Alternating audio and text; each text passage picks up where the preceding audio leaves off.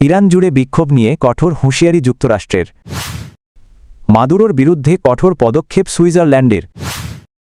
মাদুরোকে ধরতে $25 মিলিয়ন ঘোষণা ছিল বাইডেন প্রশাসনের। মাদুরোকে অপহরণ যুদ্ধ নিয়ে উদ্বেগ বাড়ছে ইরানে। ভেনেজুয়েলাকে অস্থিতিশীল না করার আহ্বান এরদোয়ানের। ভেনেজুয়েলায় সাম্প্রতিক মার্কিন অভিযানের পর ইরানকে কড়া হুঁশিয়ারি দিয়েছেন যুক্তরাষ্ট্রের প্রেসিডেন্ট ডোনাল্ড ট্রাম্প।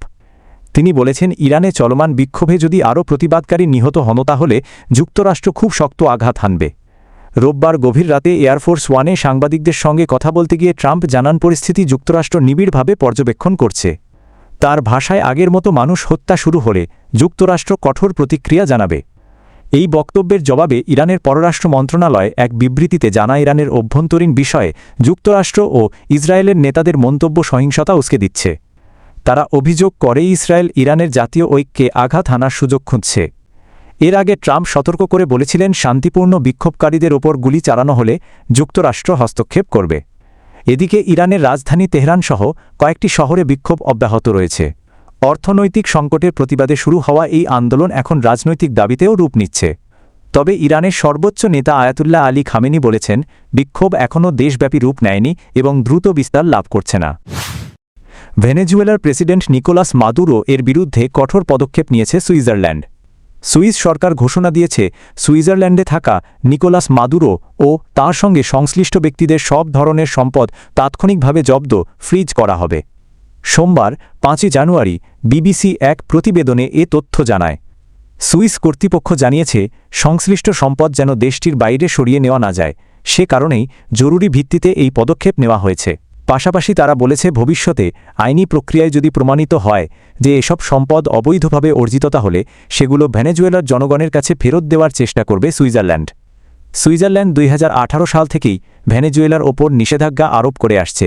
এসব নিষেধাজ্ঞার আওতায় এখন পর্যন্ত 54 জন ব্যক্তির বিরুদ্ধে সম্পদ জব্দ ও ভ্রমণ নিষেধাজ্ঞা কার্যকর রয়েছে। মাদুরোর নামে সুইজারল্যান্ডে ঠিক কত সম্পদ আছে তা এখনও স্পষ্ট নয়।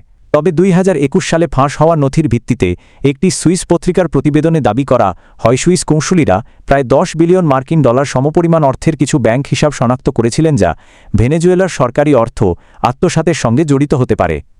সুইস সরকারের এই সর্বশেষ সিদ্ধান্ত তাৎক্ষণিকভাবে কার্যকর হয়েছে এবং নতুন নির্দেশ না দেওয়া পর্যন্ত 4 বছর বলবৎ থাকবে। ভেনেজুয়েলার সাবেক প্রেসিডেন্ট নিকোলাস মাদুরোকে গ্রেপ্তার করে যুক্তরাষ্ট্রে আনার ঘটনাকে ঘিরে দেশটির রাজনীতিতে তীব্র বিভাজন তৈরি হয়েছে। ডোনাল্ড ট্রাম্প প্রশাসনের এই অভিযানের কড়া সমালোচনা করেছেন সাবেক মার্কিন ভাইস প্রেসিডেন্ট কমলা হ্যারিস। তবে তার বক্তব্যের সরাসরি পাল্টা জবাব দিয়েছেন নিউ ইয়র্ক সিটির সাবেক মেয়র এরিক অ্যাডামস।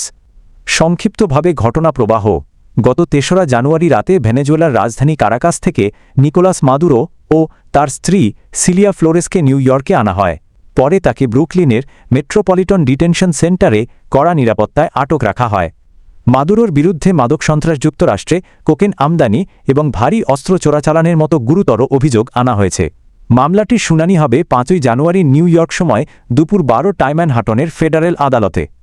এই অভিযানের পরদিন কমলা হ্যারিস সামাজিক যোগাযোগ মাধ্যম এক্সে এক কড়া প্রতিক্রিয়ায় বলেন, মাদুরোকে গ্রেপ্তার করা অবৈধ ও হঠকারী সিদ্ধান্ত। তার দাবি, এটি গণতন্ত্র রক্ষা বা মাদকবিরোধী যুদ্ধ নয়, বরং ভেনেজুয়েলার তেলের ওপর নিয়ন্ত্রণ নেওয়ার চেষ্টা। তিনি সতর্ক করে বলেন, এ ধরনের একতরফা পদক্ষেপ গোটা অঞ্চলে অস্থিরতা বাড়াতে পারে এবং মার্কিন সেনাদের ঝুঁকিতে ফেলবে। এর জবাবে কয়েক ঘণ্টার মধ্যেই এরিক অ্যাডামস ফেসবুকে এক দীর্ঘ পোস্টে স্মরণ করিয়ে দেন, মাত্র 1 বছর আগেই বাইডেন হ্যারিস প্রশাসন মাদুরোকে ধরিয়ে দিতে $25 মিলিয়ন পুরস্কার ঘোষণা করেছিল। তিনি সেই সময়ের সরকারি নথি ও সংবাদ প্রতিবেদনও পোস্টে যুক্ত করেন। ভেনেজুয়েলার প্রেসিডেন্ট নিকোলাস মাদুরোকে অপহরণের ঘটনায় ইরানে উদ্বেগ বাড়ছে। ঘটনার কয়েক ঘণ্টার মধ্যেই ইসরায়েলের শীর্ষ রাজনীতিবিদ ইয়াইর লাপিদ তেহরানকে সরাসরি সতর্কবার্তা দেন। তিনি বলেন, ভেনেজুয়েলায় যা ঘটছে ইরানের শাসক গোষ্ঠীর তা গভীরভাবে লক্ষ্য করা উচিত।